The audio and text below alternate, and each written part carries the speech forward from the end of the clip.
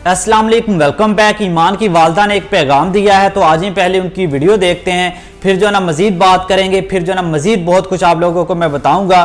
तो पहले आज ही उनकी वीडियो देखते हैं। ये ईमान की जो वालदा है उनकी इंस्टाग्राम आईडी है, तो पहले इनकी जो ना स्टोरी देखते हैं, फिर जो ना मज़ीद बात करते हैं। माँ बाप से कहता हूँ अपने बहू और बेटे की जिंदगी में दखल मत दो।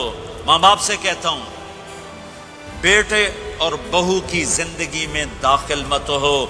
ऐसा दखल कि उनकी जिंदगी खराब हो जाए, ऐसा दखल कि उनकी जिंदगी तल्ख हो जाए, ऐसा मत करो। उनको परवान चढ़ने दो, हाँ दखल दो। जब वो आपस में लड़ पड़े सुलह कराने की कोशिश करो।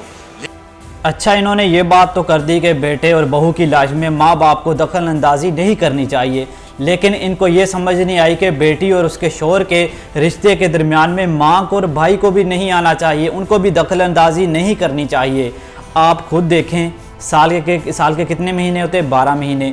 एक महीना जो ना ईमान रजब के घर रही है, तो बाकी 11 महीने वो अपनी माँ के घर रही है। तो उसे किसने सपोर्ट किया? किसने उनके रिश्ते में दखल अंदाजी की है? ईमान का असल घर तो रजब का घर था ना।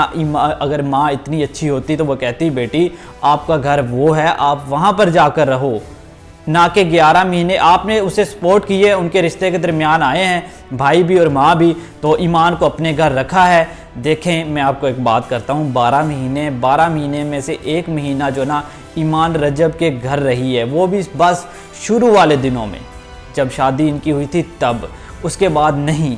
तो एक महीने में अगर जो ना गज़ल ने दखल अंदाजी की है, या फिर रजब की माँ ने या उसके बाप ने, तो किसी की भी जो ना बेटी है ना, उसकी अगर शादी होती है, वो किसी दूसरे घर में जाती है, तो शुरू में उसे जो ना प्रॉब्लम, जितनी भी मसले मसाइल हैं वो फेस करने पड़ते हैं।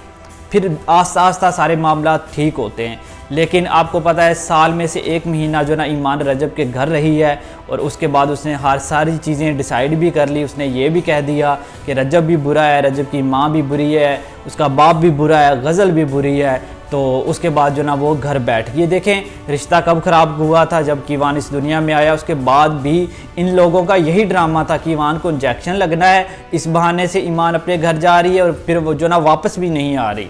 1-2 दिन का बोलकर वापस भी नहीं आ रही। किसी ना किसी बहाने से ईमान घर वापस जा रही है, वहाँ पर जाके रह रही है। क्यों? सिर्फ इससे क्या? उसे सपोर्ट कौन कर रहा था? उसका भाई और उसकी माँ। इतना भी अपनी बेटी को सपोर्ट नहीं करना चाहिए, हद से ज़्यादा। अब उसे सपोर्ट कौन कर रहा था? उसकी माँ और उसका भाई। उन्होंने गलत सपोर्ट किया। अच्छे होते तो ये कहते भाई आपका घर वो है, रजब का घर आपका, रजब का जो घर है वो आपका घर है, आप जाकर ना वहाँ पर रहो, वो है आपका असल घर। उसे ईमान को अपने घर ना रखते, उसे बार बार भेजते कि आपका घर असल वो है, वहाँ पर जाके रहें। तो मज़ीद जो इस रिश्ते में जो मसले मसाइल बने वो इसी वजह से बने कि ईमान बार बार अपनी माँ के घर जाती थी, वहाँ पर जाके रहती थी। साल में से एक महीना रजब के घर रही है, बाकी वहाँ पर।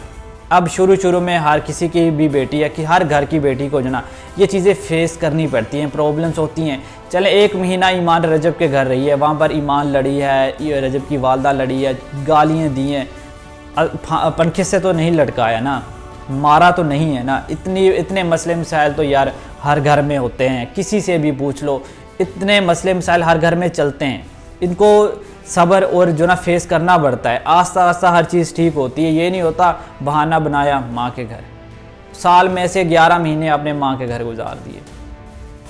रजब कीवान इस दुनिया में आया, रजब की वालदा रो रही है कि ईमान वापस आ जाए, ईमान को कहो वापस आ जाए। रजब बार बार रिक्वेस्ट कर रहा, लेकिन आगे से क्या है, वहाँ पर डिस्टर्ब होती हूँ, कीवान डिस्टर्ब होता है। इतना भी कोई डिस्टर्ब नहीं होता, बंदा रूम के अंदर हो, कुंडी लगा के बैठा रहे, जो ना दरवाज़ा बंद करके, क्या होता है?